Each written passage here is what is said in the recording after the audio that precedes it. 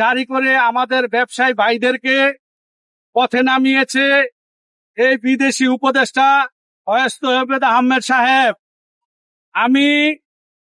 আমরা এই দেশে নাগরিক, আমরা এই দেশের ভোটার, আমরা ট্যাক্স দেই, ভ্যাট দেই, তারপরেও কেন আমাদের সাথে এই রোহিঙ্গাদের মতো আচরণ করা হচ্ছে? অতি কষ্টের সাথে বলতে হয়, আমরা এখানে 20 থেকে 25 হাজার ব্যবসায়ী, এই দেশের এই মোবাইল সেক্টর আমাদের হাত দিয়ে তৈরি।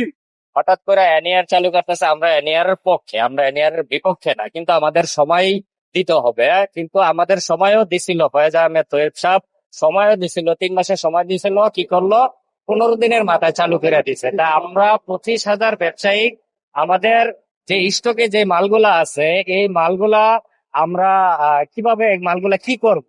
হ্যাঁ, আমাদের 15 দিনের মাথায় যারা চালু করে দিলে এই মালগুলো আমরা কি করবো? এই মালগুলো তো আমাদের স্টক খালি করতে হবে। হ্যাঁ, তো আজকে যেটা সরকার করলো এটা বৈষম্য।